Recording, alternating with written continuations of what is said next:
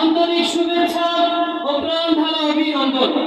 সম্মানিত হাজিরিন, স্যারের ব্যস্ততার কারণে আমাদেরকে বেশি সময় দিতে পারতেছেন না। আমরা অত্যন্ত আনন্দিত, আমরা আপ্লুত, আমরা আজকে খুবই আনন্দ প্রকাশ করছি আমাদের আয়োজনকে, স্যার আমাদের আয়োজন উপস্থিত হয়ে আমাদেরকে গৌরবময় করার জন্য। সম্মানিত হাজিরিন, স্যারের ব্যস্ততার কারণে এখনই চলে যেতে হবে, তাই সংক্ষিপ্ত আমাদের সম্মুখে শুভেচ্ছা বক্তব্য উপস্থাপন করছেন গণপ্রজাতন্ত্রী বাংলাদেশ সরকারের মাননীয় বিধায়ক ও গণপূর্ত মন্ত্রণালয়ের প্রতিমন্ত্রী জনাব আলহাজ আহমদ সোহেল মঞ্জুর সুমন।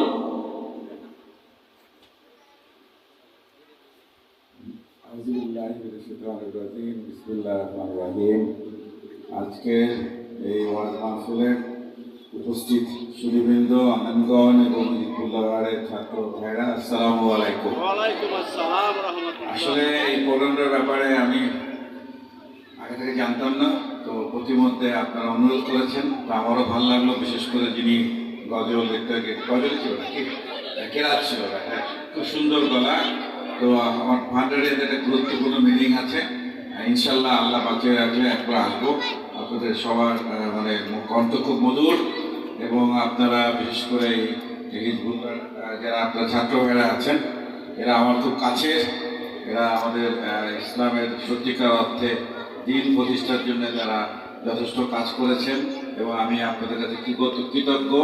বিগত নির্বাচনে আপনারা আমাদেরকে সহযোগিতা করেছেন, এবং সর্বোপরি আসলে একটা গজল অনুষ্ঠান, তারপরও সমালোচনা করতে উচিত না, তারপরেও বলা উচিত আপনারা যে তরিকায় আছেন, আর অপরপক্ষে যারা আমাদেরকে জামাতে ইসলাম বলে, কিন্তু ইসলামের ব্যাপারে অনেক কিছুই তারা আমাদের সাথে মিলে না। তো তাদের থেকে আপনারা সব দিক দিয়েই অনেক পার্থক্য আছে। এই জন্যই আপনাদের প্রতি আমাদের একটা অন্যরকম, আমার বিশেষ করে একটা স্নেহ এবং অন্যরকম একটা অন্তরের টান আছে। তো আমি আশা করব এরকম সুন্দর সুন্দর মাহফিলের মাধ্যমে আপনারা যে কেরাতের প্রতিযোগিতা করছেন, এবং এগুলি দরকার আছে, একই সাথে যেভাবে আপনারা আমাদের এই সুসিনা দরবার শরীফের যারা আপনারা আছেন, আপনারা শুধু বাংলাদেশে না, আপনাদের আমি দেখেছি সৌদি আরবে বিভিন্ন জায়গায় আপনাদের সাথে পরিচয় হওয়া যায়, এবং আপনারা খুব ভালো অবস্থানে আছেন। এবং আমাদের বাংলাদেশের বিভিন্ন মসজিদে আমি দেখেছি আপনাদের ইমাম সাহেবরা যারা আছেন, তাদের মসজিদে তারা যেভাবে শুক্রবার দিন বয়ান করে, খুব ভালো কথা বলে দেশের জন্য, আমাদের সবার জন্য। কিন্তু